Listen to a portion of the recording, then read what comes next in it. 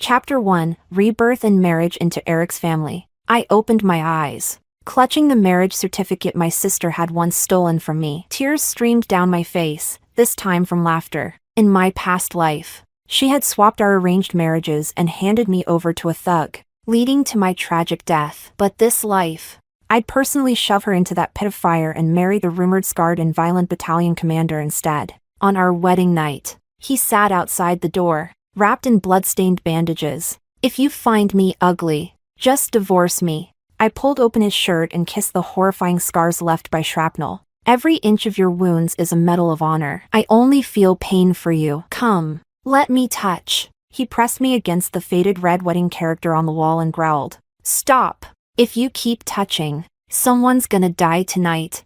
Later, with stars on his shoulders, he grinned like a fool. "For the rest of my life, Eric, will follow only my wife's orders." From a barefoot village doctor to the military's top surgeon, even the cold-faced devil learned to cook soup for me. This time, I bet everything and won both his life and heart.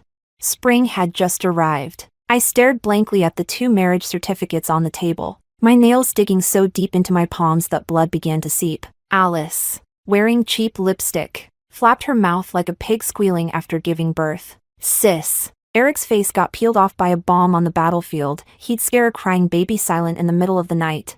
Her fingernail, dyed red with balsam juice, slid over Santiago's marriage certificate. "I'll marry Santiago for you. Better than you being tortured by some thug." I suddenly clutched my throat, the burning pain from my previous life flaring up again through my fingers. Back then, she wore the same smile as she snatched away my marriage, and when I breathed my last under my thug husband's fists, she was standing proudly on stage, honored by the county as a model citizen. Turns out Santiago's road to becoming the Revolutionary Committee's leader had been paved with the dowry money meant for me. "You're right, sister," I said, hands trembling. I picked up Eric's marriage certificate. The red paper scorched my palm. "Every scar Commander Eric bears from protecting our country is a badge of glory." Alice froze, her expression like a cracked enamel pot. Suddenly, she lunged at me, trying to snatch the marriage certificate from my hand. Her long nails left a bloody scratch across the back of my hand. "Are you insane?" Eric came back to the village last month, half his face wrapped in gauze.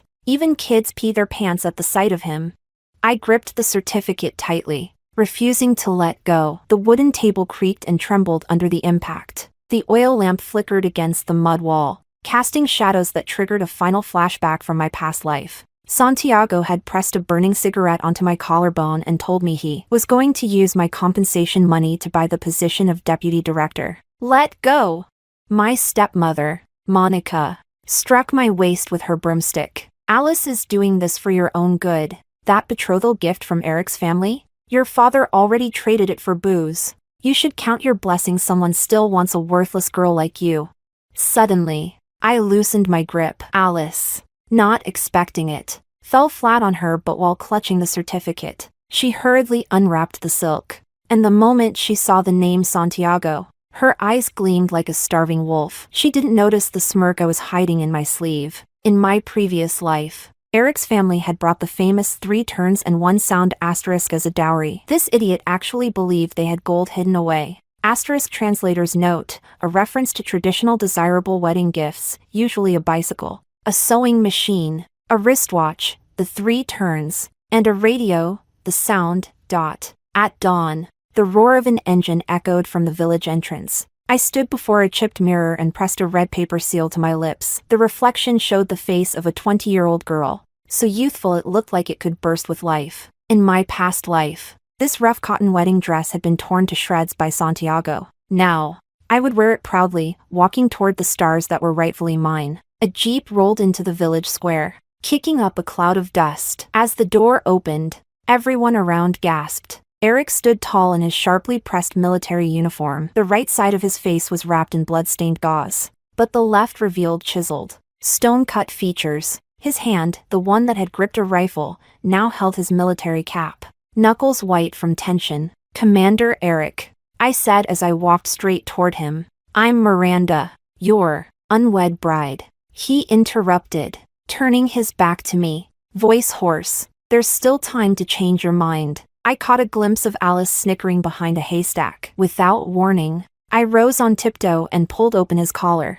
A gruesome bullet wound scar snaked from his collarbone up to his jawline, the newly grown skin still pink and raw. In my past life, when I was bruised and battered by Santiago, it was the man bearing the scar who climbed over the wall late at night to bring me medicine. So impressive. I gently traced the scar with the pad of my finger. His entire body tensed instantly. You're 100 times better than those lowlifes who only know how to beat their wives. Eric's Adam's apple bobbed hard. Suddenly, he took off his military belt and shoved it into my hands. If you're scared, use this to whip me. The metal buckle dug painfully into my palm. I swore in front of the flag I would never lay a finger on a woman in this life. From behind the haystack came a mocking snort. Alice slinked over with her snake-like waist, dabbing fake tears from her eyes. Sis, why be so stubborn? Brother Eric. My sister's terrified of ugly things, just last night. She woke up crying from a nightmare. I turned and slapped her across the face. The crisp crack startled the sparrows out of the old pagoda tree. In her stunned silence,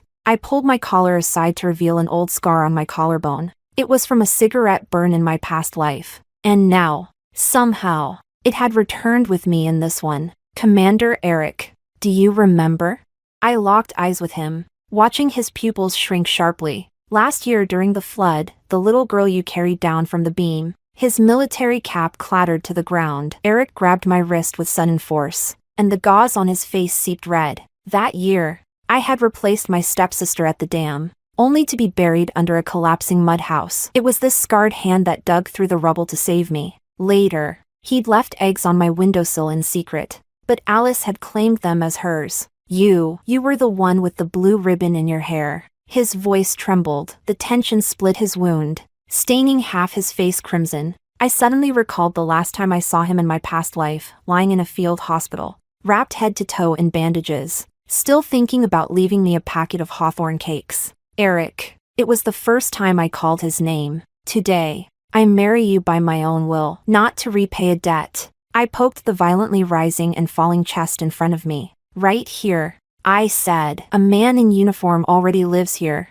Just then, the morning sun peeked over the mountain ridge, casting golden light across the tears shimmering in his eyes. In the distance, Santiago's teasing whistle rang out, followed by Alice's coy cry of Brother Santiago. Meanwhile, Eric wrapped me in his military coat and carried me into the jeep. His arms were trembling, but he held me steady, as if cradling a delicate porcelain goddess. Before the car door shut, I shot Alice a cold, cutting glance. All her filthy tricks in our past life, I'll return them tenfold this time. Chapter 2, Newlywed Life. Affection grows. The jeep rattled down the mountain road. I traced the scratch on the third button of Eric's uniform. In my past life, when he died in the line of duty, this brass button was clenched tightly in my hand. The young soldier in the driver's seat sneaked a glance at the rearview mirror, only to shrink back under Eric's stern glare. Commander, should we head straight to the military family quarters? To the supply store. I cut in before Eric could answer. My fingertips brushed the frayed seam at his sleeve. I want to buy some cotton cloth to sew you a new pillowcase. Eric stiffened and shifted toward the door. No need. I sleep on a military cot. Seeing me fall silent, he added awkwardly. You'll sleep in the inner room. I deliberately leaned closer, catching the faint scent of gun oil and soap lingering in his collar. In my past life, the night Santiago pinned me down on the bed, it was Eric who had raided the gambling den. From outside the door, he asked if I needed him to call the women's supervisor. Back then, his voice had the same hoarse edge, his bandaged face glowing like a guardian deity in the moonlight. Commander Eric, I said, gripping the worn buckle of his belt. You said I could whip you. The muscles in his thighs tensed suddenly. I let out a soft laugh. Buy me some milk candy, and I'll let you off the hook. The jeep screeched to a stop in front of the supply store. When Eric got out of the jeep, he accidentally knocked over an enamel basin by the door. The shop assistant cracked sunflower seeds and chuckled. Well, look at that, Commander Eric's got himself a bride. His face is redder than wedding silk. I stood on tiptoe and reached into the inner pocket of his uniform for ration coupons, letting my fingers deliberately brush past his burning earlobe. Half a pound of white rabbit candies, and 6 feet of navy blue cloth, and a pair of double happiness enamel basins. I added. Eric suddenly spoke up. Make them aluminum, won't break if dropped. He glanced at the bruises on my wrist, left by Monica, and slapped 2 industrial coupons on the counter. And add a peony print thermos. By the time we headed back, the Jeep was packed full. I hugged the thermos and hummed a folk tune from Yiming. Eric suddenly broke the silence. You don't have to butter me up. His hands gripped the steering wheel tightly, veins popping on the back of his hand. When I recover, I'll file for a divorce. Eric! I turned his face toward me by the chin. What do you think I'm after? They say you used to be the cold-faced king of hell on the battlefield, so why can't you even look your own wife in the eye? The Jeep abruptly veered onto a forest trail, startling a flock of mountain sparrows. A muscle at Eric's temple twitched. Suddenly, he ripped off the gauze. The twisted, raw scar stretched from his brow bone to the corner of his mouth, like a centipede crawling over his tan skin. I stared at the scar in a daze. You can still leave, he said. Stay with me and you'll have to dodge bullets, endure gossip, and even if you have kids, you'll all be living in military quarters. I cut off his words with a kiss. The taste of blood and medicine spread across our lips. He was so startled. He slammed into the car door with a loud thud. I licked the blood from my lips and smirked. Commander Eric, were you this much of a coward charging into battle too? By nightfall, we finally rolled into the military family compound. The vice commander's wife leaned against the fence, cracking seeds. Heard Commander Eric married a goddess? After getting out, I stuffed the white rabbit candies into her hand. Have some wedding sweets, sis. Out of the corner of my eye, I saw Eric frozen in place, clutching 2 thermoses, his ears red enough to drip blood. The newlywed room was a clay-walled hut with old newspapers pasted over the windows. I turned around while feeling the earth brick walls and bumped straight into his chest. Eric held up an enamel mug like he was surrendering. I'll sleep in the outer room. Try it and I'll tie you to the Kong bed. I unfolded the freshly bought cotton cloth. Come here, time to change your dressing. Under the kerosene lamp, his wound looked even worse than it had during the day, bloody and inflamed. I dipped gauze in grain alcohol and gently cleaned the pus and blood. If it hurts, I said. Bite down on this. I rolled up the military towel and handed it to Eric. He turned his head away. Are you trying to fool me like some green recruit? Before he could finish speaking, a stifled groan of pain escaped his lips. Sweat rolled down from his Adam's apple and disappeared beneath his collar. I leaned in and gently blew over his trembling lashes. You don't need to pretend to be strong in front of me. By the time I finished changing his bandages, it was already midnight. Eric curled up on the military cot, still fully dressed. I hugged the freshly sewn pillow and squeezed in beside him. He jolted up like he'd been electrocuted. Don't be ridiculous, Comrade Commander Eric. Are you still afraid I'll eat you alive? From afar, the bugle's lights out call echoed across the barracks. His chest vibrated like a battle drum. Chapter 3, Trouble on the Home Visit. Justice served. I counted his heartbeats, waiting for a response, but instead, he pulled the quilt over me like wrapping a dumpling. Go to sleep. Tomorrow, I'll teach you how to shoot. At the break of dawn, the corn porridge on the stove bubbled softly. I was squatting on the doorstep, sorting wild vegetables, when a military canteen was suddenly handed to me from behind. Eric's voice drifted down from above. We're heading to the clinic for your vaccine and stopping by your family's home. He paused, then added, Santiago's house is near the garrison. My hand trembled as I held the canteen. In my past life, when I returned home after marriage, Santiago kicked me into the pigsty, saying my family hadn't given him a proper dowry. But now, Eric was loading things onto the Jeep, 2 cans of malted milk, ribs wrapped in festive red paper, and fresh floral fabric from the co-op. That's really not necessary. I tugged on his sleeve. You're making it look like I stole gold bricks from my maiden home. Eric draped his military coat over my shoulders and buttoned it all the way up to my chin. No, you're worth it. Just as the Jeep turned into the village, piercing screams echoed like a pig being slaughtered. Outside Santiago's mud-walled house, a crowd of gossiping women had gathered. Alice, disheveled and filthy, was kneeling on a washboard. Her mother-in-law, Sandra, was poking her back with a firewood stick. Lazy girl, you didn't even fill the basket with pigweed. And you still want to eat white bread buns? Santiago! Alice suddenly threw herself at Santiago, baring the bruises on her arm. Your mother's going to beat me to death. Santiago kicked her back into the mud and stubbed out his cigarette on her hand. Still crying? I haven't even found a way to recover the money I lost gambling yesterday. I clutched the Jeep's door handle, trembling. In my past life, these same hands had been burned by Santiago in boiling water. Eric suddenly covered my eyes with his hand. Don't look. I'll go find the production team leader. Not necessary.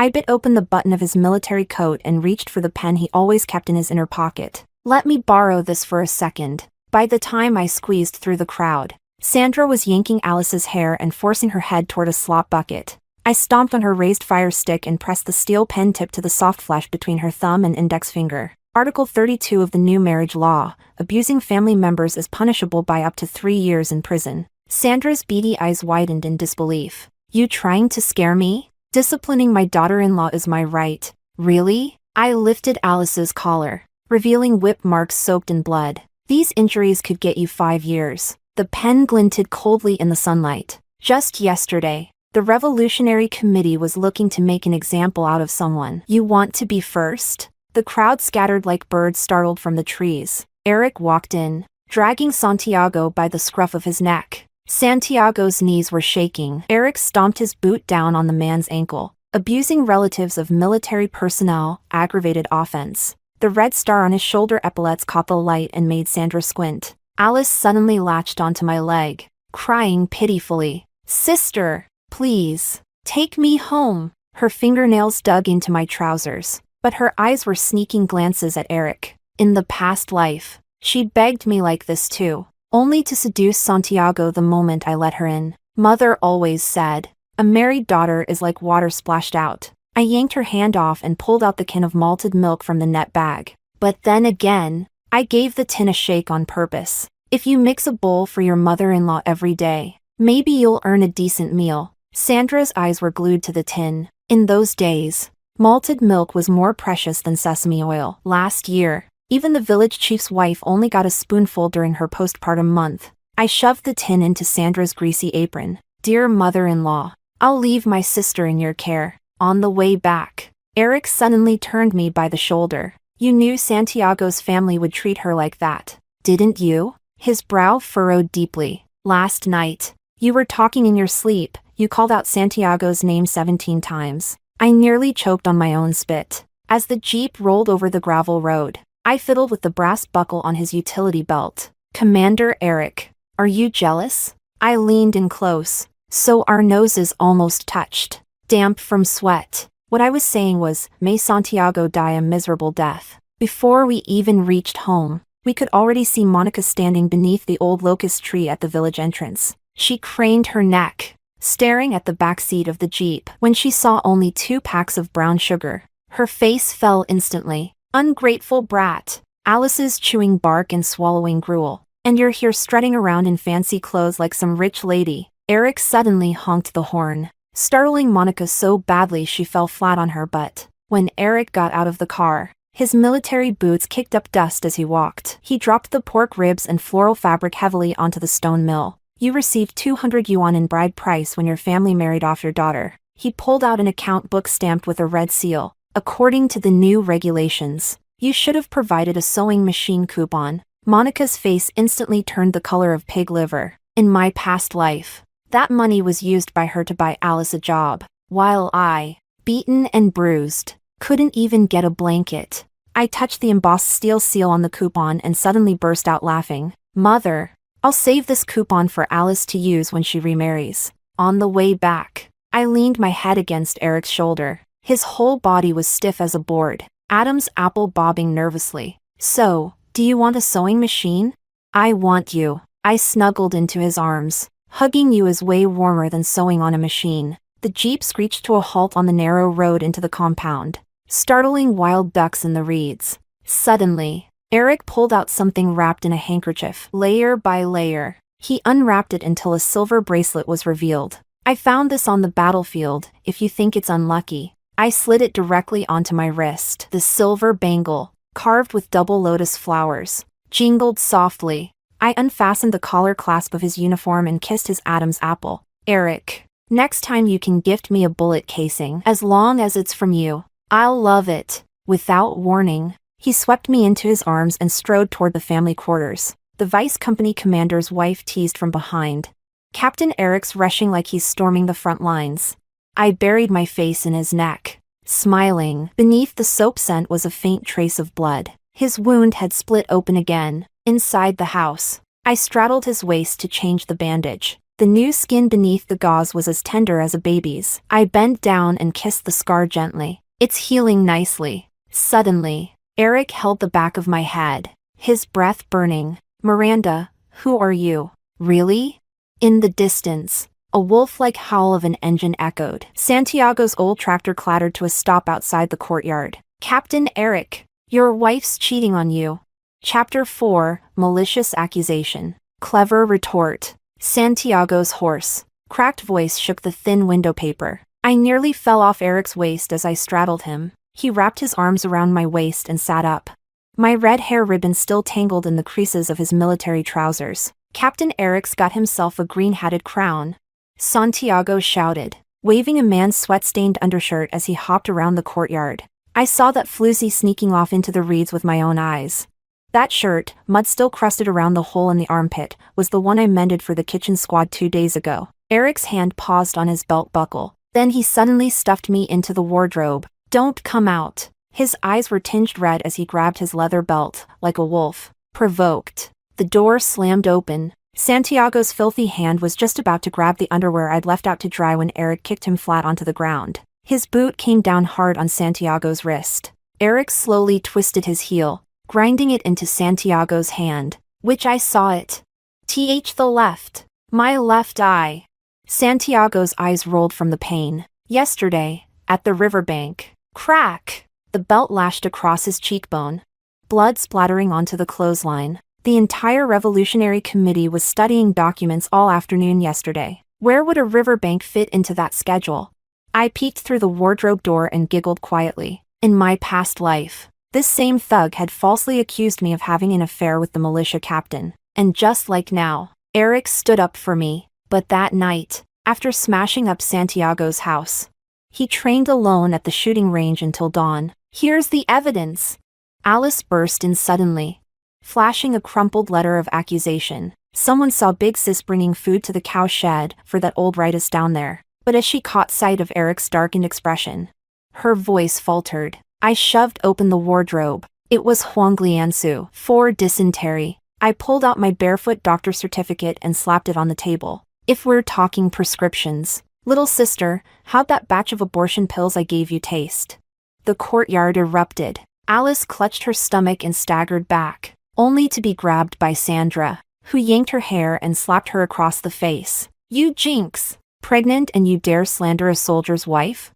Santiago tried to slip away in the chaos. Eric caught him with his belt and tied him to the old well crank. Comrades, bear witness. We're holding a public denunciation today, as the militiamen dragged Santiago and his mother onto the stage.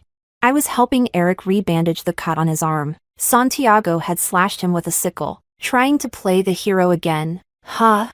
I dabbed his knuckles with Baijiu. You think you're made of iron? Suddenly, he grasped my hand in return. That guy in the bullpen, the one with glasses, who is he to you? The cotton ball dropped into the enamel basin, sending out ripples. In my past life, I had secretly delivered medicine to a re-educated professor, only to be reported by Santiago. I was then paraded through the streets with a sign branding me a whore. In the dead of winter, it was Eric who wrapped my frostbitten feet with his military coat. He taught me how to read. I snipped the gauze and deliberately tied a butterfly knot at his wound. You said that year you wanted to marry an educated woman, so I secretly learned 300 words. Before I could finish, he pulled me into his arms. His heartbeat pounded so fiercely it made my eardrums ache. Suddenly, a shrill voice came from below. Olivia, holding a lunchbox, squeezed in coquettishly. Brother Eric, I made you pig's feet soup. I lifted the aluminum lid. The rancid stench made me frown. These pig's feet have been brined for 6 months, haven't they? Scooping up the soup, which was floating with white maggots, I said, Olivia, are you trying to poison an active duty soldier? Flushed with embarrassment, Olivia lunged to grab the lunchbox but slipped, falling face first into a muddy pit soaked with slop. Her clothes rode up, revealing a red doo-doo undershirt. "Don't be mad, sis," she sobbed, wiping her tears. I just feel bad that brother Eric doesn't get hot meals." I opened Eric's own lunchbox and shoved a piece of rib into his mouth. "My Eric only likes the food I cook, right, honey?" Cheeks puffed full. Eric nodded hard. As laughter rippled through the crowd, I spotted Alice slipping a note into the militia captain's pocket. "In my past life." That note, luring me to the granary, became the damning proof of adultery. As the struggle session dispersed, Eric suddenly crouched down in front of me. "Get on." He carried me across the grain-drying yard. The stars flickered on his epaulets like fireflies. "That professor, if you want to save him, I'll help." I bit his earlobe and whispered, "Captain Eric, you trying to commit a mistake?" "Yeah, a mistake with you." His grip on the back of my knees tightened. "Tomorrow morning, I'm filing the marriage report." I chuckled. Just as I reached toward the bullpen, my hand was suddenly grabbed. Eric shoved a Swiss Army knife into my palm. "Keep this on you, for protection." His lashes cast small shadows under his eyes. "I'll be here, guarding you. Go." The professor was curled up in the haystack, coughing up blood. I pulled out the penicillin I'd hidden, but he pushed it away with a trembling hand. "Don't get yourself implicated because of me." I finished copying the barefoot doctor's manual you taught last time. I rolled up my sleeve, revealing the stamp from the epidemic station. "I'm officially licensed now. It's legal for me to treat you." When I headed home, the morning dew had soaked my trousers. Eric stood beneath the locust tree like a statue. I ran toward him and threw myself into his arms. "Eric." Sniffling, I started unbuttoning his coat. "Are we really going to build a life together now?" He suddenly swept me up in his arms and carried me toward the family quarters. "The request's been approved." His Adam's apple brushed past my forehead. "You're not going anywhere now." At dawn, the smell from the stove woke me. Eric was stirring a pot of cornmeal porridge, while flatbread sizzled along the rim of the pot, releasing a rich, roasted aroma. I tiptoed closer and pinched his waist. Didn't know the big bad Captain Eric could cook like this? His hand trembled. Clank. The iron ladle fell into the pot, splashing hot soup. I dodged back with a laugh, bumping into the flour-dusted counter. From the corner of my eye, I caught a glimpse of his loosened collar, a faded pink scar across his chest. "That scar?" I started to ask, but a sudden pounding on the door cut me off. A young soldier panted as he shouted, "Captain, someone reported that sister-in-law's been colluding with the enemy."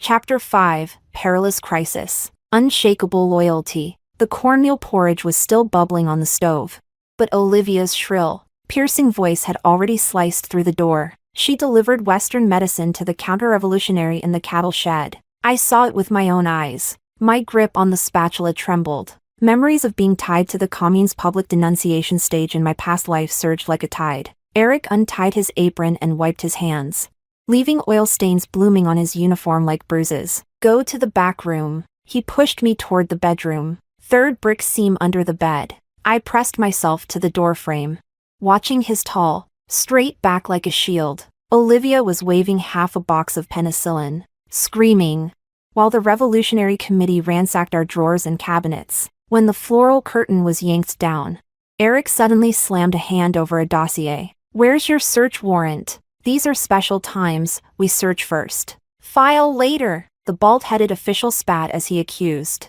"Captain Eric, are you shielding the family of a spy?" My fingers brushed against the cold brick beneath the bed, touching a hardback certificate. Under my barefoot doctor license was a stamped red-letter document from the epidemic station, alongside the battlefield first aid manual gifted by the professor. From the other room came the sound of shattering porcelain. Eric's pistol had been unloaded. I burst out with my certificate in hand, just in time to see Olivia slipping a syringe into my medicine kit. "Hold it!" I grabbed the vial she had tried to hide up her sleeve. "Director, ever seen a spy use veterinary drugs to harm people?" The label for animal use glared under the sunlight, blinding. Olivia's face turned paper white. In my previous life, she had used this very trick to get the army medic suspended. Now, she was pulling the same scheme 10 years earlier. I handed the syringe to Eric. This would cause full-body necrosis if injected into a human. Please deliver it to the Public Security Bureau.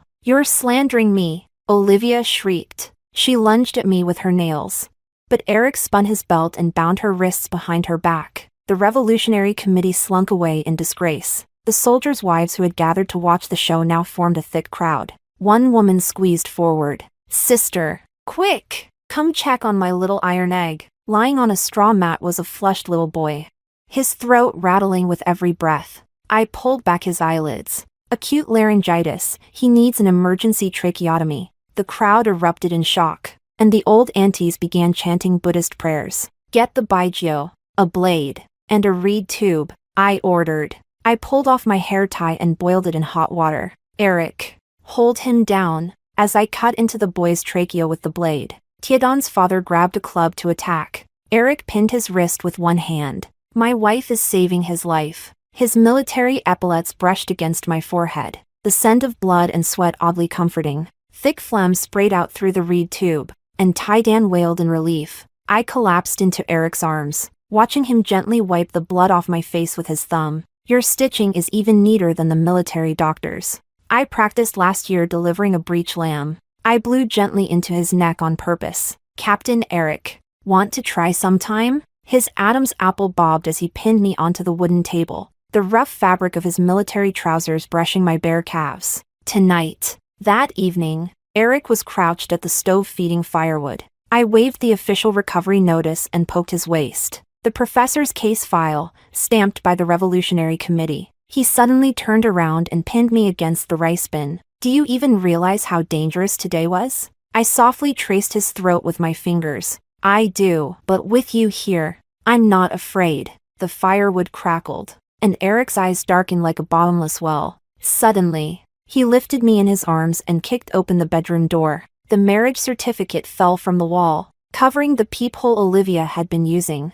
Eric! I clutched at his sweat-dampened vest. Outside, he reached back and bolted the door with a thud, biting open my buttons as he murmured, "Let her listen." Moonlight spilled over the faded red double happiness character on the wall. I bit down on his shoulder, drawing blood. Eric groaned and tightened his grip on my wrist, swallowing all my muffled whimpers. Suddenly, a blood-curdling wail came from the courtyard. Olivia was holding a piece of shattered porcelain, threatening to slit her throat. Are you done throwing your tantrum? Eric threw on his clothes, his scar shining coldly under the moonlight. The performance troupe leaves tomorrow. Want to end up in detention? The porcelain shard clattered to the ground, wrapped in Eric's military coat. I leaned against the door with a smirk. Sister, your drama is even more intense than taking Tiger Mountain by strategy. Then I held up the professor's medical file. But now that he's my legitimate patient, if you touch him again. As Olivia fled in panic, she stepped in her own pot of pig's feet soup, slipped, and tumbled into the chicken coop, sending the whole camp into roaring laughter. Eric tucked my frostbitten feet into his arms, warming them gently. Do you know how to treat hysteria? You mean Olivia's kind? I poked at his chest. There's a simple cure. Captain Eric getting married wards off 100 evils. Just before dawn, I was jolted awake by the bugle. Eric stood before the mirror, fastening the top button of his uniform.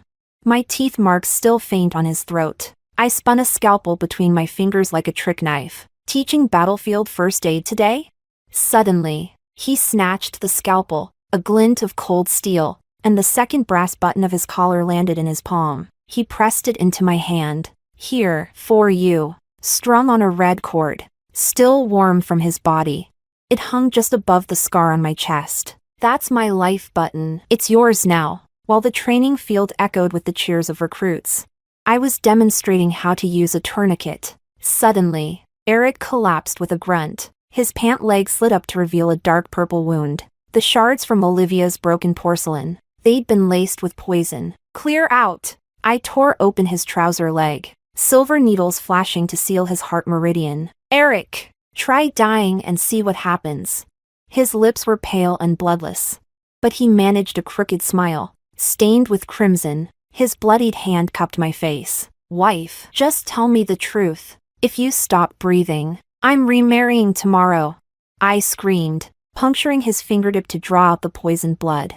my tears clinking against the brass button. Chapter 6, Truth Revealed. Wedding photos at last. Eric's lips had already turned purplish blue. I bit the tip of my tongue to force myself awake. Wind whipped sand across the blood-stained silver needles on the training field. The wooden board the soldiers had carried creaked under his weight. His burning hot palm still clutched that brass button tightly. To the infirmary! The deputy company commander stomped in panic. There's no time! I tore open his trouser leg. The black poison line had already crept up to his inner thigh. Liquor! Fire basin! And the cloth bundle at the bottom of my medicine box. Hold him down, as I sliced into the abscess. Black blood splattered onto the dirt. Eric's muscles were tight as steel, but he didn't make a sound. Suddenly, the deputy commander's wife shrieked. She's burning him alive. I ignored her completely. Roasting detox herbs wrapped in mugwort over the wound. The sharp stench of charred flesh mingled with a fragrant bitterness. Gradually, the black poison began to turn red. Eric suddenly reached up and wiped the sweat from my brow. Don't be scared. His lips were still dark, but he managed a crooked smile. If I really die when you remarry, pick someone with steady hands. Shut up! My voice cracked into a shout. Night fell. The infirmary was packed with soldiers' wives who had rushed over after hearing the news. Outside the window, Olivia clung to the frame and sneered. The barefoot doctor killed her patient. Huh? I hurled the blood-soaked gauze straight at her. Since you know so much, why not explain where the Karari tree sap came from? The crowd fell into sudden silence. That toxic tree only grows in Yunnan, yet somehow its venom appeared in a northern army camp. Something had clearly gone very wrong. Eric suddenly opened his eyes. This morning, the division HQ sent care packages. He gasped, fumbling in his pocket, and pulled out half a milk candy. The candy wrappers, made of palm leaves. I unwrapped it. A faint bitter scent rose to my nose, and my stomach twisted violently. Eric, are you part cat or something? I dipped a salve and began treating his wound. Even 9 lives wouldn't survive all your nonsense. Suddenly, he grabbed the back of my neck. The medicine bowl clattered to the floor. That flood year, you cursed me just like this. The memory burst back into my mind. That year, Eric had carried me through rubble in the rain. I bit his ear and cried, calling him a reckless idiot. So, he had been reborn too. That night he stared at me, not in suspicion, but in pain. You. My hand trembled as it touched the old scar over his heart. When did you come back? The night you kissed my throat. He chuckled lowly, blood flecking his lips. All the words I never dared say last life. I'll make up for them now. Just then, a screech of brakes pierced the air. Olivia burst through the door with public security. She's hoarding banned medicines. She kicked over my medicine basket. Dogwood spilled across the floor. She got these through black market profiteering. I held up my foraging license, stamped with 7 commune seals.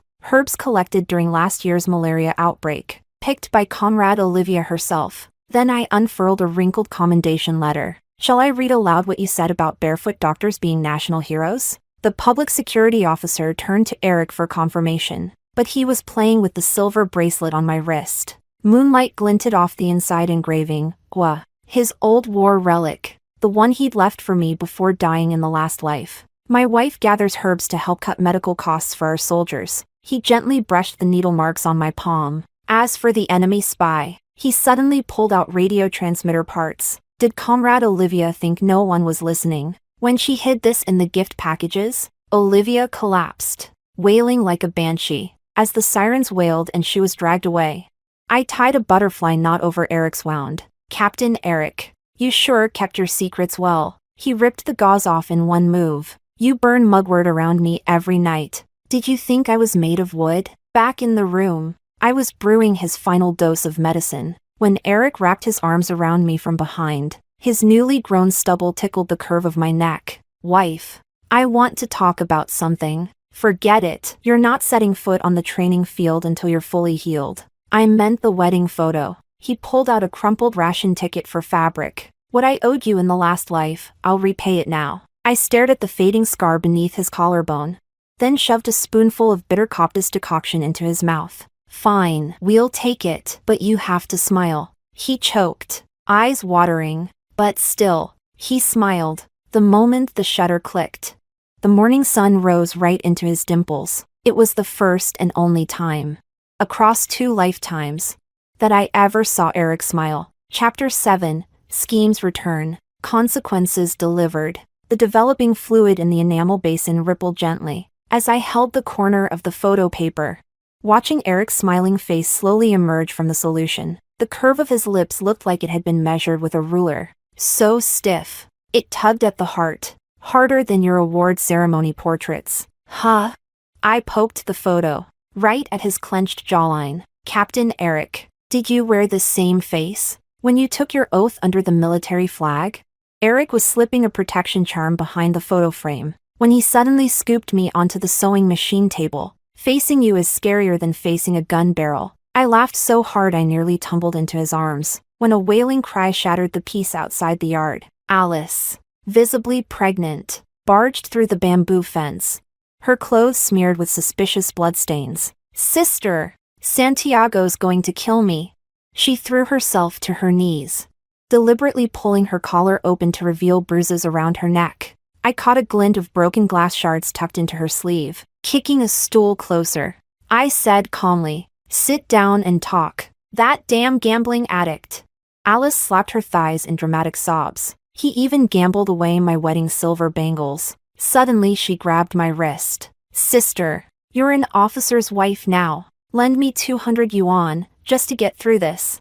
Eric's enamel mug slammed against the table. Even our wedding photo in the frame rattled from the impact. I twirled a dried stalk of mugwort, smirking. Back then, your mother used my dowry to deck you out for marriage, and now you want to borrow money from me? That wasn't. Alice's eyes darted nervously. Santiago said it was strange how fast your brother-in-law recovered. Then she lowered her voice. Someone reported that Captain Eric faked his injury to avoid military drills. If that gets confirmed, the mugwort in my palm crumbled into dust. In my last life, that very rumor got Eric suspended. He had to kneel in the snow outside headquarters just to prove he was innocent. I stared into Alice's shifty eyes and suddenly laughed. Did Santiago really say that? Or was it scripted by the committee director? She sprang up like a cornered cat, knocking over the sewing basket. You were ruthless first. Don't blame me for hitting back. A shard of glass slashed her arm, and blood soaked her sleeve in seconds. Captain Eric assaulted me. His wife's trying to kill me. The committee showed up faster than expected. The director's polished shoes crushed the dried herbs on the ground as he sneered. We'll have to assess how serious Comrade Alice's injury is. Oh, we should definitely do that. I grabbed Alice's arm and jabbed a silver needle into the pressure point without hesitation. The wound is 0.3 centimeters deep. Glass shard entered at a 45-degree angle, textbook case of self-harm. Then I lifted her shirt, right in front of everyone. Barely 3 months pregnant and already showing? What is she carrying, a mutant? Alice lunged at me like a madwoman, clawing. You barren witch. I dodged and watched her tumble straight into a pile of drying chili peppers. Eric suddenly spoke. Director, what's the sentence for blackmailing a soldier's wife? Cold sweat dripped from Director's red armband. Misunderstanding. It's all just a misunderstanding. It's not. I pulled out the medical record. Comrade Alice isn't pregnant at all. I picked up the medicine bottle she dropped. Long-term use of birth control pills caused her irregular periods. This prescription looks like it came from the director's drawer. The crowd exploded as Eric tied up the director with his duty belt like a dumpling. I leaned into Alice's ear and whispered, "Being reborn doesn't mean you get to grow a darker heart." Her pupils shrank. Her fingernails, stained with balsam flower dye, dug into my wrist. You knew. You knew all along. That you'd poison the well water? I shook the antidote pill in my hand. Or that you'd try to seduce Eric? Alice screamed. It was you. You set me up. That ointment you gave me was poisoned. I couldn't help it. A laugh slipped out. That was cinnabar paste for hysteria. I waved the prescription stub in my hand. Didn't you say you were pregnant with Neza? A divine fetus shouldn't need mortal medicine. As the director was hauled onto the jeep, Alice finally collapsed onto the ground. I crouched beside her, holding out a spoonful of bitter coptis decoction. You know why I kept you alive till now? To torture me, she whimpered, so you could see it with your own eyes. I pointed toward Eric. now demonstrating close combat moves on the field, drawing cheers from the whole camp. This lifetime, now you know, who truly deserves to be cherished. As the soldiers clapped, Eric walked over, reporting, "Madam, 1st Battalion fully assembled, awaiting instructions." The squad roared with laughter. I grabbed him by the collar and wiped the sweat off his face. "Captain Eric, push-up drills tonight?" His eyes darkened instantly. The bite mark on his Adam's apple flushed red. "Yes, ma'am." Chapter 8, Life and Death Crisis, Bound by Blood and Vows. Before dawn, Eric was called out for a mission, but as night fell, he still hadn't returned. Just as I was about to go search for him, soldiers from the 1st Battalion came knocking. They told me Eric had been gravely wounded during the operation. When I saw him, he was lying in a pool of blood. I rushed over, tearing open his shirt, performing CPR with trembling hands. His ice-cold hand suddenly pressed against my lower abdomen. "If there's a baby, name her Jessica, so she'll always be safe." "You dare!" I screamed, stabbing adrenaline straight into his heart. "Eric, if you die, I swear I'll dig you out of your grave myself." His lashes fluttered weakly, and he left a bloody kiss at the corner of my mouth. "Wife, so fierce." The soldiers rushed Eric to the hospital, but no one dared operate on him. I picked up the scalpel without hesitation and sliced open his chest myself. "Heartbeat is back." The nurse's delighted exclamation made my hand jerk. Eric suddenly grabbed my wrist. "Don't be scared." I shook him off and kept stitching. "Move again and I'll discharge you bare-assed." The anesthesia wore off just as the sun was setting. Eric stared at the dark circles under my eyes, gently tracing the corner of our wedding photo. "Wife, I had a dream." "Let me guess, I remarried?"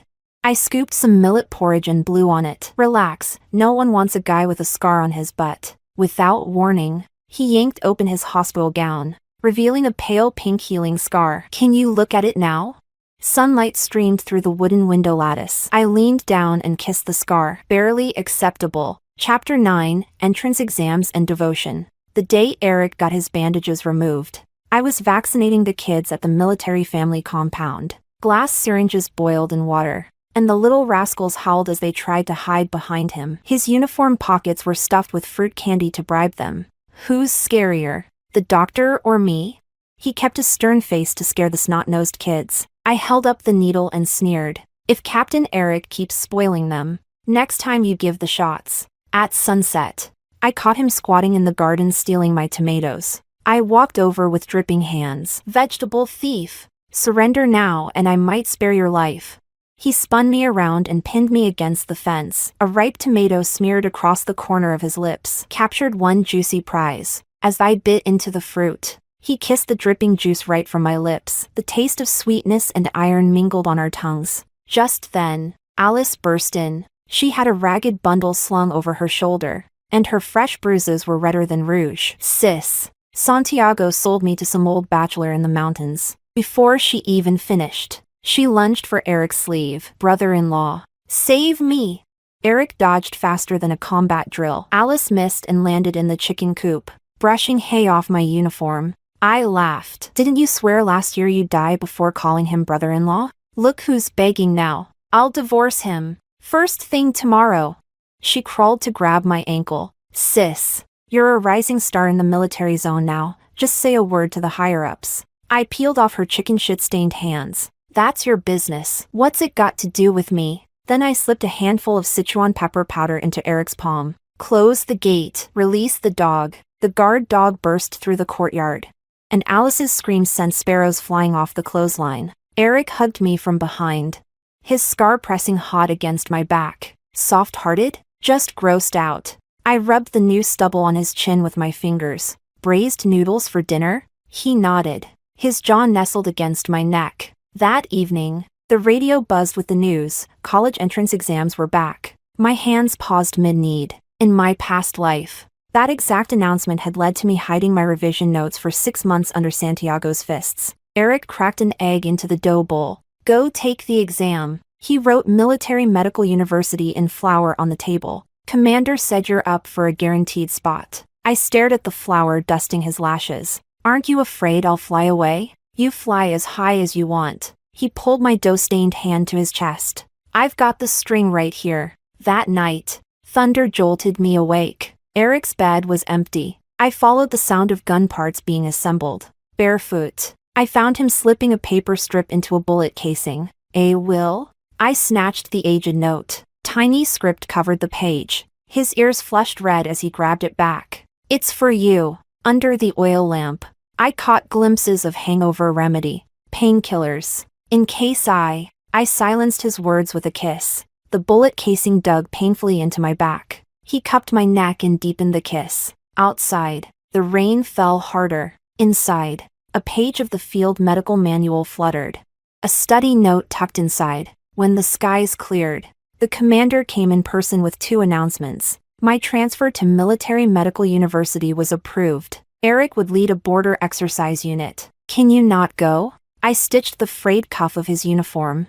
My fingers trembling. You're still not healed from last time. Eric suddenly knelt on one knee, slipping a bullet casing ring onto my finger. When I return, I'll give you a real wedding. The night before his departure, I sewed antidote pills into the inner pockets of all his shirts. As he held me in sleep, Alice's shrieking shattered the quiet again. She was waving a bottle of pesticide in the courtyard. If Miranda won't see me, I'll die right here. I pushed open the window to look down. Eric's arms tightened around me. Pretend we're asleep. She's still alive.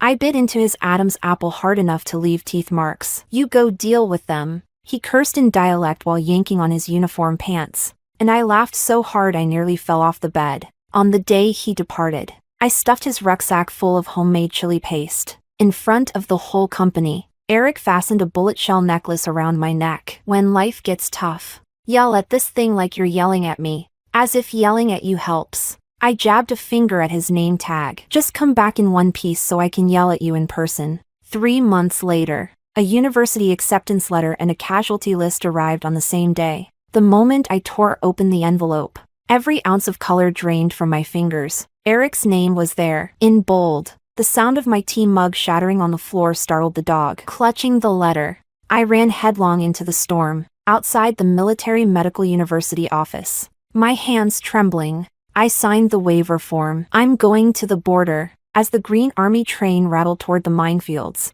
I pulled out the bullet shell I always kept on me. The metal had warmed against my skin. I twisted open the base. Out fell a tightly rolled marriage request. Comrade Miranda, will you take in this defective version of Eric?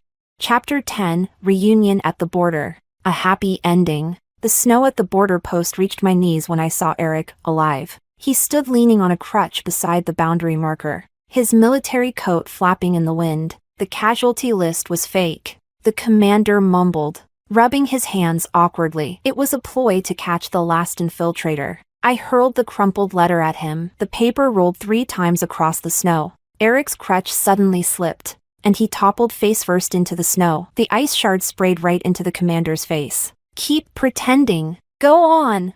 I kicked away Eric's outstretched hand. So what if you lost a leg? You want applause? But tears fell before any scolding could leave my lips, landing square on the epaulette of his uniform. Suddenly, he rolled over, pressing me down into the snow, his blood-scented kiss sealing off all my sobs. Wife, he murmured, you've gained weight. Inside the medical tent, I pressed harder than necessary while changing his bandages. The through-and-through wound on his abdomen had scabbed over, a centipede-shaped scar lying across his bronze skin. The new girl from the performance troupe. Didn't she sing Katiusha for you? She did. He pulled out a comb carved from a bullet casing. I used this to plug my ears. The teeth of the comb still smelled faintly of gunpowder. While tying my hair in front of the chipped mirror, I caught a glimpse of him hiding a strand of my fallen hair in his kit bag. His calloused palm brushed my earlobe. Want dumplings? I pulled out the diagnosis slip hidden in my cotton jacket. Add pickled cucumbers too. Been a bit nauseous lately. His fingers trembled as they touched my belly. The usually composed sniper spoke in a broken voice. When did? The night you played dead. I bit his jaw hard. Just like you said. The brat's name will be Jessica. At the start of spring. I waddled around bandaging new recruits. Eric always sneaked over during breaks, rubbing the stethoscope warm before pressing it to my belly. The young soldiers would tease him, begging for a military song. He barked at them with a stone face, but his ears were bright red. He hugged me from behind. When our girl has her first birthday, my medals go on the table. What if it's a boy? Then I'll teach him to shoot. Defend the nation. He tucked a cornice fruit behind my ear, just like his mother, fearless and undefeated. When the college entrance exam results were plastered across town, I received my military medical school admission letter. Eric spent the night hammering together a crib, with shavings stuck to his lashes. Go study. I'll take care of the baby. On reporting day, he held a wailing Jessica in his arms at the station. As the train horn blew, the little girl grabbed my coat and sobbed. Eric's Red Star cap sad askew. See? Our daughter's on my side. The green train slid past a grove of white birch. I opened the army bag he'd secretly packed. At the very bottom lay our blood-stained marriage request form, with a new line scribbled in bold. Resolute brushstrokes. Eric's life belongs only to his wife's orders. 7 years later, after school, Jessica came running into the yard waving a paper airplane, just in time to catch Eric showing new recruits how to shoot. She mimicked his stance with a proud little voice. Dad, I want to be a soldier too. Eric quickly covered her mouth, chuckling. That depends on your mom's approval. I stood at the doorway, sorting herbs, as the sunset stretched our shadows long across the ground. As the days passed, Jessica grew older, and so did her admiration for the military. She often tagged along with Eric to the training grounds, watching the soldiers drill, copying their moves with surprising precision. One day, she looked at me seriously and said, "Mom, when I grow up, I want to be a soldier like Dad and protect our country." I looked into her determined eyes, patted her head gently, and said, "All right, if that's what you truly want, I'll support you. But remember, being a soldier isn't about looking cool, it's about duty and responsibility." Jessica nodded firmly. "I understand. I'll be brave, just like Dad." Eric overheard us and smiled proudly. "That's my girl. I believe in you. But first, study hard." Jessica giggled. "I will." Years later, Jessica really did put on the uniform and became a soldier. The moment she wore it, sunlight danced across her shoulder epaulets like gold. I stood off to the side, a wave of warmth rising in my chest. Eric walked over and gently patted her shoulder. "You look beautiful, sweetheart. In this uniform, you're the pride of our family." Jessica turned around, eyes shimmering with tears. "Dad, Mom, I won't let you down." The last light of the sun wrapped around us like a soft blanket. Time flows endlessly, love even more so. In this life, I made the right gamble and gave my heart to the right person.